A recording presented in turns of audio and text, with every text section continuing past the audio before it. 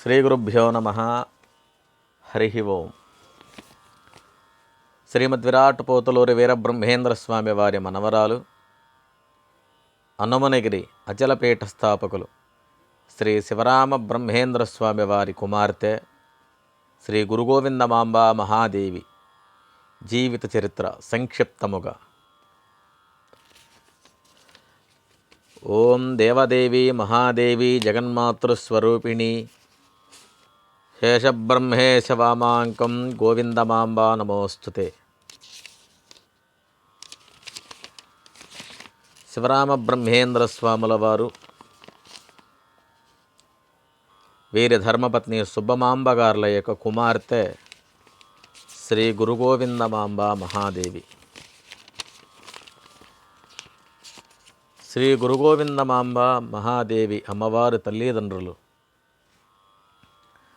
సంతానము లేదు అనేటువంటి బాధతో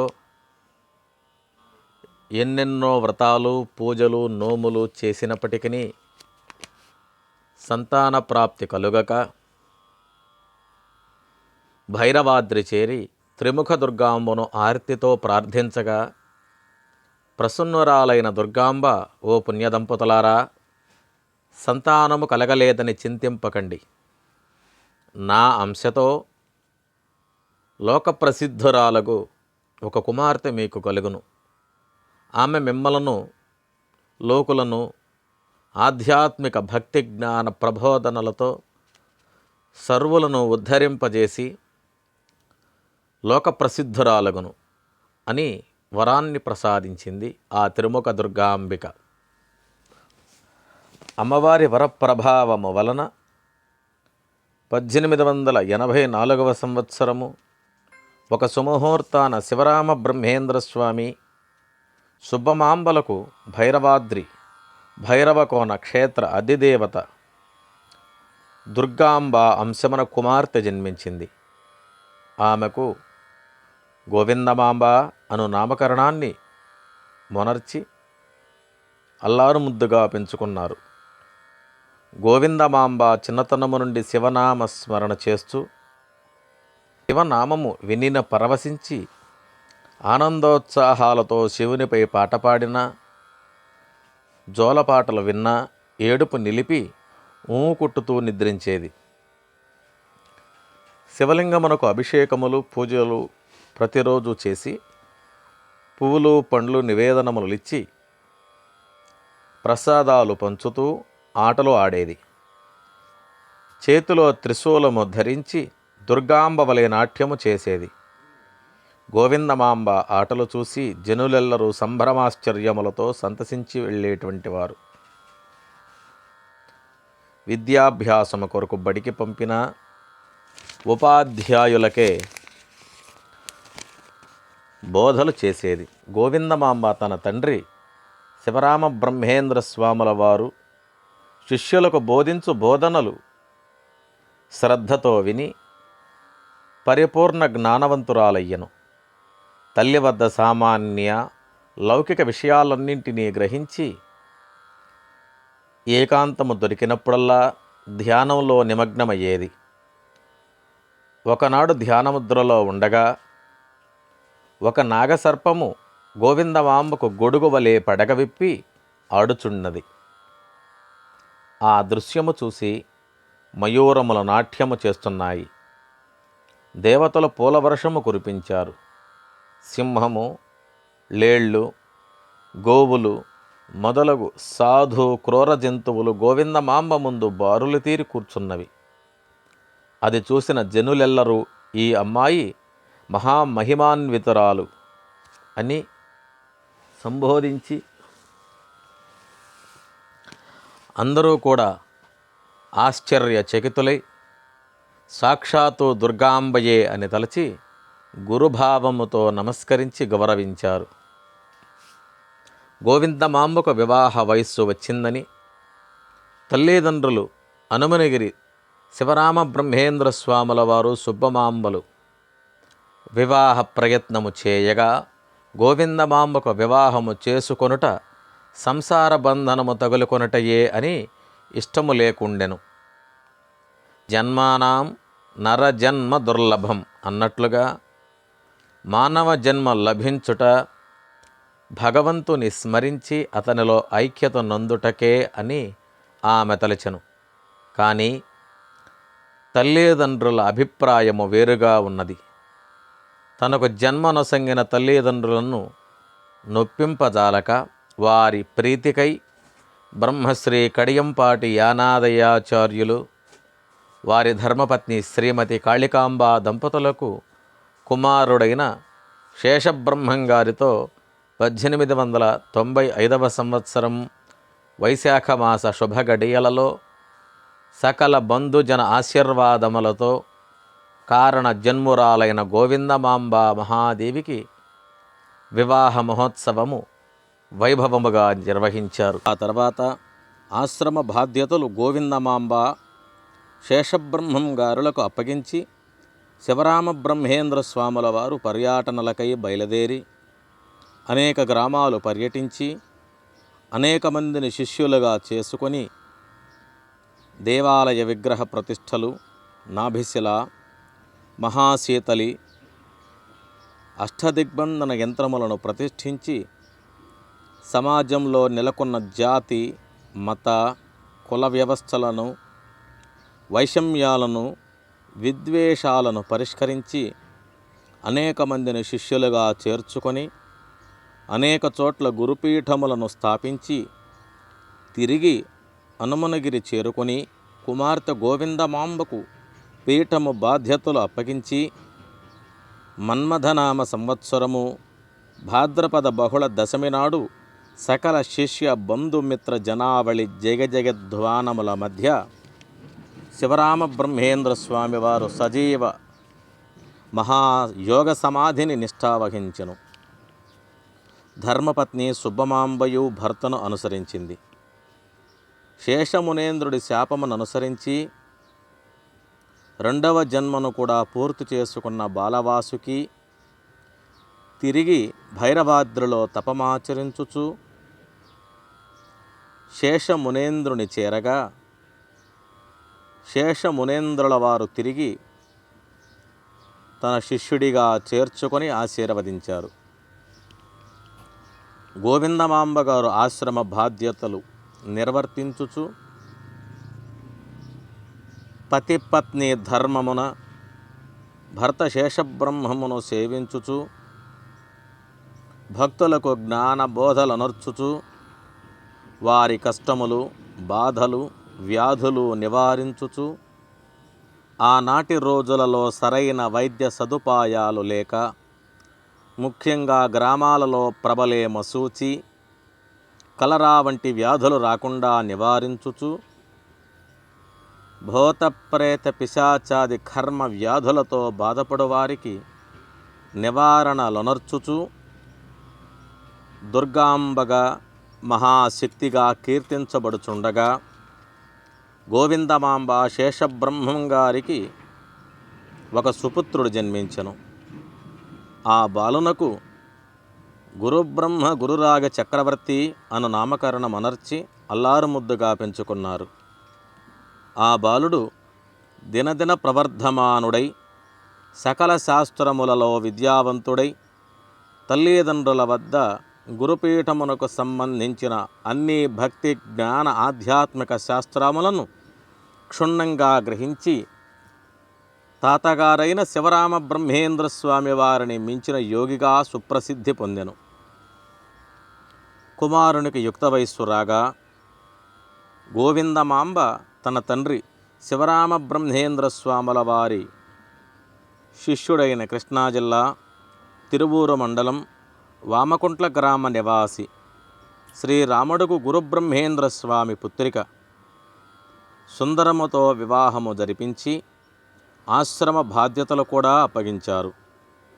ఆ దంపతులకు అనతి కాలంలోనే ఒక కుమార్తె కలిగెను. ఆ పాపకు సుబ్బమాంబ అని నామకరణాన్ని చేశారు. సుబ్బమాంబ హనుమనిగిరిలో నానమ్మ గోవిందమాంబ గారి వద్దే ఉండి అన్ని శాస్త్రములలో ప్రావీణ్యురాలవుతున్నది. కాలక్రమములో గోవిందమాంబ శేషబ్రహ్మంగారుల కుమారుడు శ్రీ గురుబ్రహ్మ గురురాగ చక్రవర్తి గారు కోడలు సుందరమ్మలు శిష్యులకు జ్ఞానబోధలు నర్చుటకు సంచార నిమిత్తం పయనమై పర్యటనలు నర్చుచూ నర్రవాడ గ్రామానికి చేరుగా అనుకోని దుస్సంఘటనగా కొడుకు కోడలు కాలధర్మాన్ని చెందారు. ఆ విషయం తెలుసుకున్న గోవిందమాంబ దుఃఖించుచూ శిష్య సమేతముగా నర్రవాడకేగి కొడుకు కోడలు పార్థివ శరీరాలను హనుమనిగిరికి తీసుకువచ్చి హనుమనిగిరిలో ఆశ్రమములోనున్న 2 చింత చెట్ల దగ్గర అంత్యక్రియలు జరిపి 2 సమాధులు నిర్మించెను. తన వద్దనే ఉన్న మనవరాలు గురుబ్రహ్మ గురురాగ చక్రవర్తి సుందరమ్మల కుమార్తె సుబ్బమాంబను వామకుంట నివాసి రామడుగు గురుబ్రహ్మేంద్ర స్వామి కుమారుడు అనగా బావమరిది సుందరమ్మ సోదరుడు శివరామ బ్రహ్మమునకు ఇచ్చి వివాహము జరిపించెను. గోవిందమాంబ అప్పటి వరకు నిర్వహించుతున్న హనుమనిగిరి పీఠాధిపత్యమును శివరామ బ్రహ్మమునకు అప్పగించి వైరాగ్య భావముతో భగవద్ధ్యాస జపతపాదులతో భక్తులతో సత్సంగములతో కాలము గడుపుచుండెను. కొంతకాలమునకు తన మనవరాలు సుబ్బమాంబయు కూడా కాలధర్మాన్ని చెందింది. విధి విపరీతము ఎంత కఠినముగా ఉండునా అని మిగిలి మనస్తాపము చెంది గోవిందమాంబగారు ఎంతగానో దుఃఖిస్తూ శిష్యులు గ్రామ ప్రజలు చాలా విచారించారు. కొడుకు కోడలు మనవరాలు తన ఎదుటనే మరణించగా పెళ్ళుబుకుతున్న బాధను భరించలేని గోవిందమాంబ ఈ విధముగా తలసిపోతున్నది. తల్లి తండ్రులు భర్త పిల్లలు బంధువులు ఆస్తులు మొదలైనవి పూర్వజన్మ రుణానుబంధములచే కలుగుచున్నవి. ఆ బంధము తీరగానే పోవుచున్నవి. వీని కొరకు చింతించుట వెర్రితనము. సంసార దూరమైన దైవ ధ్యానమనర్చుచు మోక్ష మార్గాన్వేషించుట మంచిదని తలచి హనుమనిగిరి నుండి భైరవాద్రి మహాక్షేత్రానికి చేరి దుర్గాంబ శరణు కోరి తన ఆవేదనను విన్నవించి శరణు కోరగా దుఃఖావేశమైన గోవిందమాంబ ప్రార్థించగా లాలకించి అభయహస్తురాలైన దుర్గాంబ గోవిందమాంబను ఊరడించి, నాయన గోవిందమాంబ, సర్వము నెరిగిన జ్ఞానవంతురాలవు. అజ్ఞానులు పిరికివారి వలె దుఃఖించుట నీవు చేయదగిన పని కాదు. నీవు కారణజన్మురాలవు. నా అంశతో జన్మించిన నీవు లోకమునకు లోకులకు చేయవలసిన కార్యములు ఎన్నెన్నో ఉన్నవి. కావున నీవు కార్యశూరురాలవై లోక కళ్యాణ నిమిత్తము ఈనాటి నుండి దేశమంతయు పర్యటనలు నడిచి సమాజములో నెలకొని ఉన్న కుల మత వైషమ్యాలను రూపమాపి సంసార ఈతి బాధలతో బాధపడుతున్న ప్రజలను ఆ బాధల నుండి విముక్తుల్ని చేసి ఉపశమింపచేయుము అని ఆదేశించింది ఆ తిరుముఖ దుర్గాంబిక మహాదేవి. దుర్గాంబ ఆదేశముతో మోహవశముతో దుఃఖించగా గోవిందమాంబ శిష్య సమేతముగా దేశ సంచారమునకు బయలుదేరి గ్రామగ్రామమును పర్యటించుచు అనేక గ్రామములకు సంచరించి వారందరికీ భూత భవిష్య వర్తమాన కాలములను బోధించుచు సర్వ మతములన్నీను కూడా సమానమే అని చెప్తూ వారికి బ్రహ్మోపదేశములను చేసి వారిని జీవన్ముక్తులను చేస్తూ ఉన్నది. గోవిందమాంబ గ్రామగ్రామములు పర్యటించుచు తన్నాశ్రయించిన ఆశ్రిత భక్తులకు శిష్యులకు జ్ఞానబోధలనర్చుచు వారి కష్టములను బాధలను తీర్చుచు ఒంగోలు చేరుకున్నది. అచట ఆమెకు ఘన స్వాగతాన్ని నిర్వహించారు అక్కడి ప్రజలు. కానీ అచట కొందరు అగ్రహారీకులు గోవిందమాంబపై ఎదురు దాడి చేసి, కులమా కంసాలి, అందునను ఆడదానివి, జాతి మత వర్ణవర్గ భేదాలు లేకుండా కులహీనులకు చండాలులకు అందరికీ బ్రహ్మోపదేశాన్ని చేస్తున్నావు. బ్రహ్మవంశీయులమైన మాకు తప్ప అన్యులకు బ్రహ్మోపదేశమనర్చుటకు పొందుటకు అర్హత లేదని అడ్డుపడగా, అమ్మవారు శాంత వదనురాలై, గోవిందమాంబ, మహాత్ములారా, జ్ఞానవంతులు బ్రహ్మజ్ఞానులైన మీ వంటి పండితోత్తములు ఈ విధముగా అజ్ఞానాంధకారులై ప్రవర్తించుట తగునా? ఆనాడు మా జేజనాయన శ్రీమద్విరాట్ పోతులూరి వీరబ్రహ్మేంద్ర స్వాముల వారు బ్రహ్మజ్ఞానము పొందుటకు అందరూ అర్హులేనని మీ పూర్వీకులకు జ్ఞానబోధ చేసినారు కదా, మరచితిరా? అయినను మహాత్ములు మహర్షులు బ్రహ్మజ్ఞానము చేతనే మహర్షులైనారే కాని జన్మచేత కాదని శాస్త్రవాక్యము మీకు తెలియదా? ఇది తెలియనిది కాదు కదా మీకు. ఈ వాక్యాన్ని గమనించండి. జన్మనా జాగతే శూద్రః కర్మణా జాగతే ద్విజః వేదపాఠేన విప్రస్యాత్ బ్రహ్మజ్ఞానంతో బ్రాహ్మణః. అనగా జన్మతో ప్రతి మానవుడు శూద్రుడిగా జన్మించి, ఉపనయనాది కర్మల వలన ద్విజుడిగా, వేదశాస్త్రాది పఠనము వలన విప్రుడిగా బ్రహ్మజ్ఞానులై జపతపో నిష్ఠులవుతున్నారు. ఏ కులమునందు గాని, ఏ జంతువునందు గాని, ఏ పదార్థమునందు గాని జన్మించినను బ్రహ్మర్షులు బ్రాహ్మణులు అనగా బ్రహ్మజ్ఞానం పొందినవారు అగుదురని శాస్త్రము. నియమనిష్టలు జపతపములు కర్మానుష్ఠానములు లేక కేవలము బ్రాహ్మణ కులమునందు జన్మించినంత మాత్రాన బ్రాహ్మణ్యము రాదు.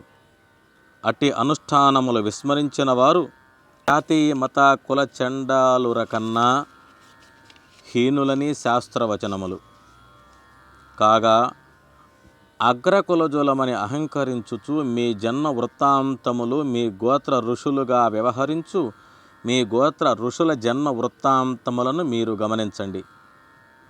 ఋష్యశృంగో మృగేజాతః కౌశికో గాధినందనః జంబుకోత్పత్తిర్గౌతమో గౌతసంభవః వల్మీకో వాల్మీకోత్పత్తిః రగస్త్యః కుంభసంభవః వ్యాసో లబ్ధకః సంభూతోర్వసిష్ఠో ఉర్వశీసుతః నారదో రజకీపుత్రో కౌండిన్యో మండూకీసుతః మతంగస్య మతంగస్యాత్ మాండవ్యో మండుకీసుతః సాంఖ్యస్వపం చ సంభూతో గార్గేయో గర్దభిస్సుతః శౌనకీగర్భ సంభూతో శౌనకస్సు మహాముని అని శృతివాక్యము అనుసరించి నానా జాతులయందు వర్ణములయందు మృగములయందు వస్తువులయందు జన్మించినను యజ్ఞయాగాదులు జపతపోనిష్టల చేత బ్రహ్మత్వమును సంపాదించి బ్రహ్మజ్ఞానులుగా అలరారుచున్నారు. కావున అజ్ఞానులై ప్రవర్తించుట సరికాదు.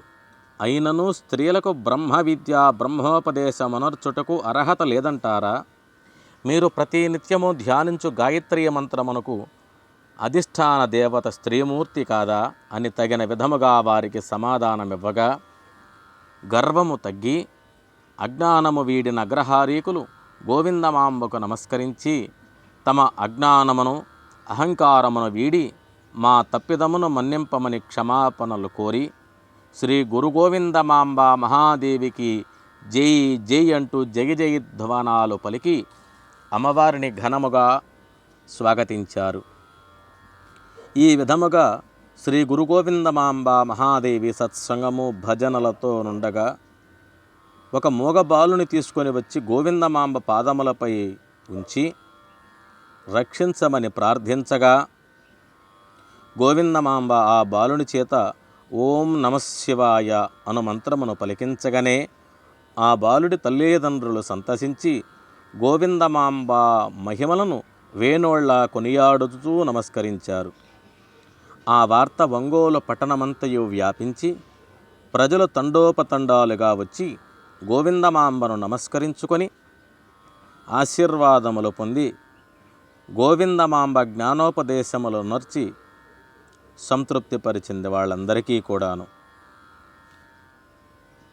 ఒంగోలు పట్టణము నుండి దొడ్డవరము గ్రామ ప్రజలు కోరికపై ఆ గ్రామమునకు ప్రయాణము కాగా పెద్ద గాలివాన తుఫానుచే బీభత్సము చేయగా గోవిందమాంబ తన మహిమచే ప్రకృతిని శాసించినట్లుగా ఆ తుఫానును శాంతింపచేసి దొడ్డవరము గ్రామ ప్రజల ప్రశంసలు పొందెను. అదే సమయమున ఒక బాలుడు నూతిలో పడి మరణించగా గోవిందమాంబ ఆర్తత్రాణ పరాయణిగా తన దివ్య దృష్టితో గమనించి ఆ బాలుని కాపాడి బ్రతికించగా ప్రజలందరూ గోవిందమాంబను స్తుతించి కీర్తించారు.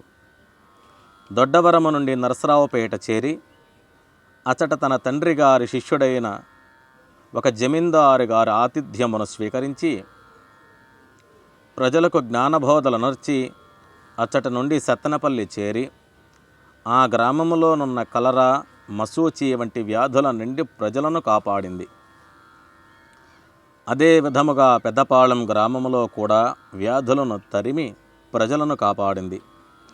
అచ్చటి నుండి మాచవరం మండలం మోర్జింపాడులో తన తండ్రి శిష్యురాలైన వల్లపు కాశమ్మ వారి ఇంట కొంతకాలమున ఉండి ప్రజలకు జ్ఞానబోధలు ఉపదేశించి ఆధ్యాత్మిక బోధలను నిర్వహించుచూ కొంతకాలము మోర్జింపాడు ఎందే గడిపింది.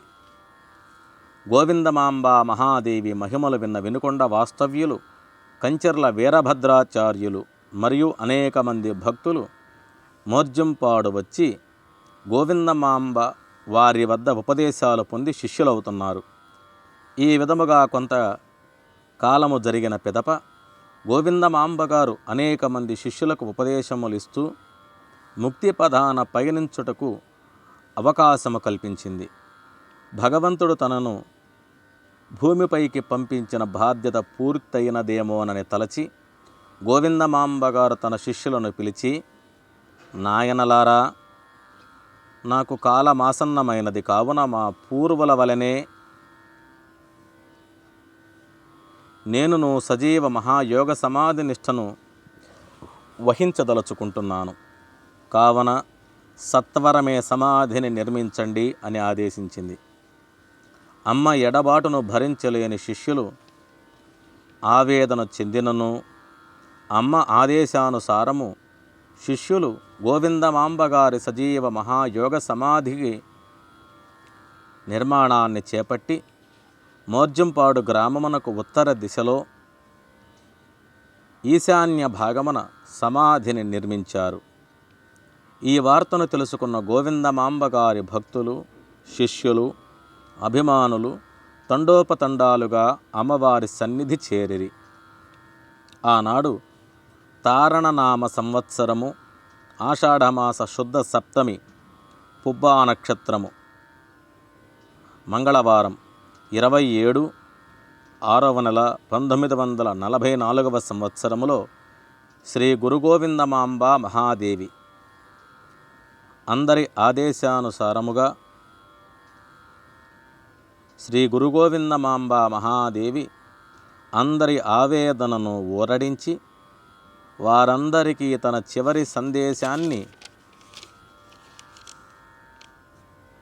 సందేశాన్నిచ్చి వారందరి జయధ్వనాల మధ్యన వారందరికీ చివరి సందేశాన్ని ఇచ్చి అందరి జయధ్వానాల మధ్య సజీవ యోగా సమాధి నిష్ఠా వహించగా శిష్యుల సమాధిని మూసివేసి హారతులిచ్చారు.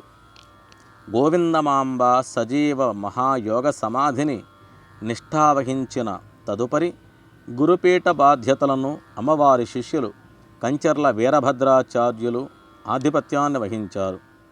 వారు సమాధి చెందిన తదుపరి అక్కడ ఉండేటువంటి ఆలయ బాధ్యతలను కొండూరి నాగ మౌనేంద్ర స్వాముల వారు పీఠాధిపత్యమును స్వీకరించి నిర్వహించారు.